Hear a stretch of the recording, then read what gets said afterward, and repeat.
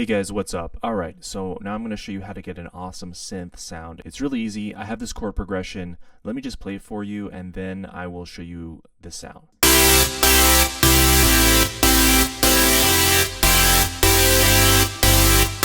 As you can see, it's pretty awesome. Pretty loud, pretty soft, pretty epic, and pretty full. Basically, it's just a serum. I have oscillator A and an oscillator B. Oscillator A is down 2 octaves. Oscillator B is down 2 octaves. Oscillator A, its unison is at 11. The detune is set to here. Oscillator B, the unison is at 16. The detune is set to here. As you can see, I kind of messed with the level knobs, so oscillator B is a little bit louder than oscillator A. I don't have anything for this filter, but I do have this noise oscillator here. And I'm actually not. I say it's an oscillator, but it's really just a volume thing turned up. I'm using this bright white noise. Then on the effects, I have this compressor, and you guys can just copy the settings if you want. So yeah, feel free to pause the video and copy the settings. So that's just the Serum Patch. And again, just the Serum Patch, it just sounds like this.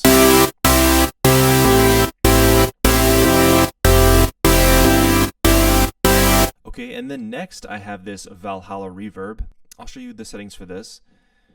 So the sound with the Vallahala Reverb sounds like this. So this is kind of giving it a room sound. I wouldn't say it's a ton of reverb, but it's sort of just giving it a little bit of a washed out sound. That's what I was going for with this. If you don't have Vallahala Reverb and you want to use, say you just only have the Ableton Reverb, then you can just grab that from this audio effects here under reverb and resonance, and you can try to get the same sound. So I'm gonna actually do that right now. We can maybe what you could do is just have the dry wet, play around with that, the decay, the pre-delay, and the size maybe, and we could just see what this sounds like.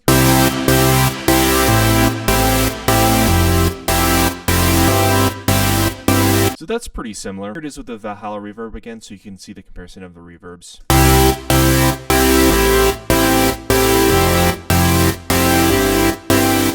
So yeah, again, very similar. I like the Vallahala Reverb a little bit more than the Ableton Reverb, but honestly they would both work. Next, I have this OTT, and so here's what it sounds like with the OTT.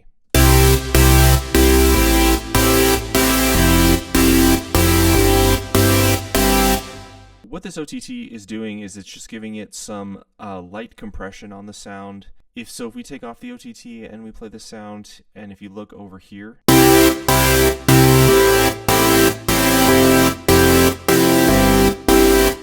I don't know if you noticed, but when we had the OTT off, the sound was kind of peaking into the red here. And that's bad. That's giving you some digital clipping. And it's not necessarily always bad, but I would recommend staying away from digital clipping, because that can create some artifacts in your sound that might not sound natural or might not be going for what you want to go for. So that's with the OTT. Next then, I tried to shape the sound with this EQ8. And I really like using the EQ8 because to me it seems like it does a very good job of cutting out frequencies. To me it sounds like it's very dramatic. So here's the sound with the EQ8 on.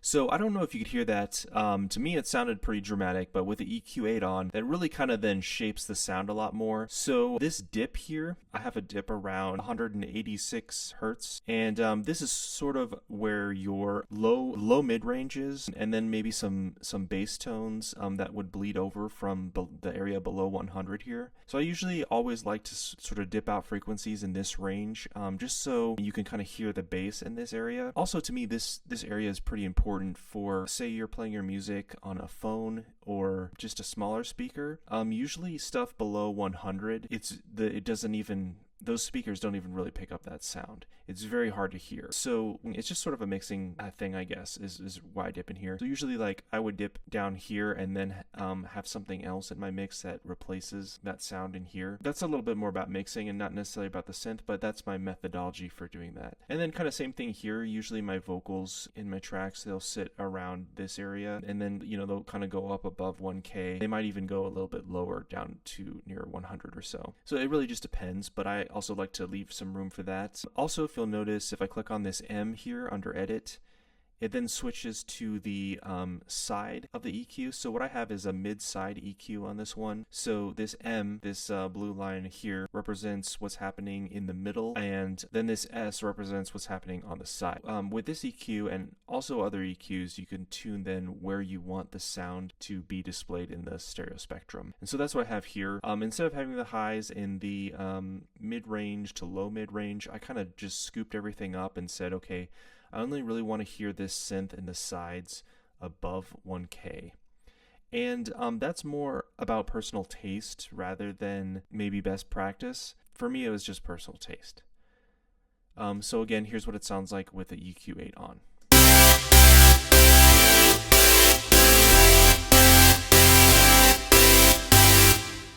Alright, and next up I have this utility tool. And the only thing I used the utility tool for was to give it some wideness. So I messed with this width knob here. If you turn this down, so let me play the sound and then with this on.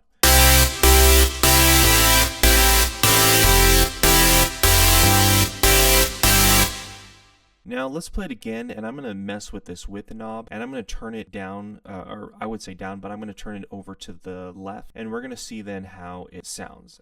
See, if you're listening in headphones, you should definitely be able to tell the difference. If you're listening on speakers, it might be a little harder to tell, but what this is going to do is it's going to make the sound a little bit more mono. And when I say mono, I mean what it's going to do is it's going to, instead of the sound being splayed out to the sides, it's going to bring it sort of more into the middle of your mix. So let me mess with this knob.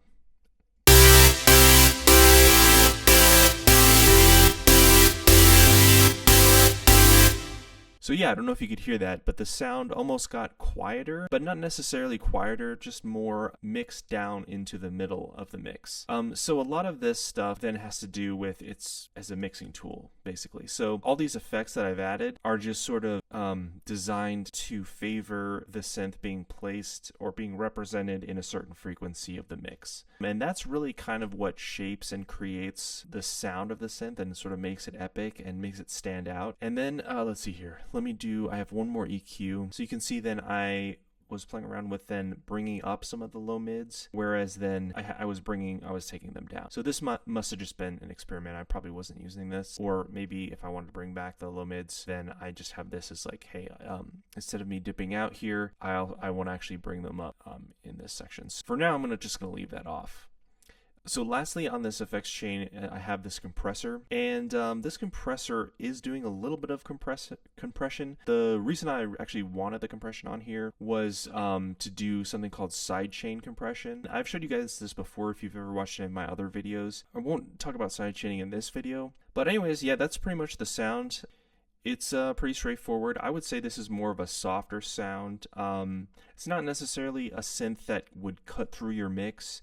If you wanted something that cuts through your mix and you wanted to sound like very hard, I would suggest then taking off the reverb and maybe doing some more compression. Also then maybe adding something else to this sound that's sort of drier that can cut through your mix. An important thing to say is if you have a lot of reverb on your sound, then that's actually can be kind of bad as if you want it to cut through your mix. So yeah, just to recap, I have this Serum Patch. Here's what it looks like. It's very basic, just some saw waves and some white noise.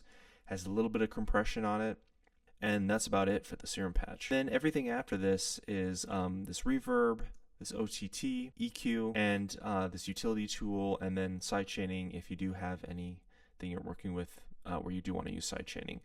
But really, you can even just leave the sidechaining off. So yeah, if you look at it, it's only really these 4 other effects on here that kind of shape the sound. And then also a thing to recap and about is one reason that these sounds are on here is because they sort of then are sort of a mixing tool. So they're designed to make it so that this synth sticks out in the mix, but it also is sort of taking itself back out of the way of other elements in your mix that would want to come through, or that you would need to come through to have a good mix. That's the synth sound. If you guys have any questions or any comments, feel free to leave them below. And yeah, if you like the video, give it a thumbs up.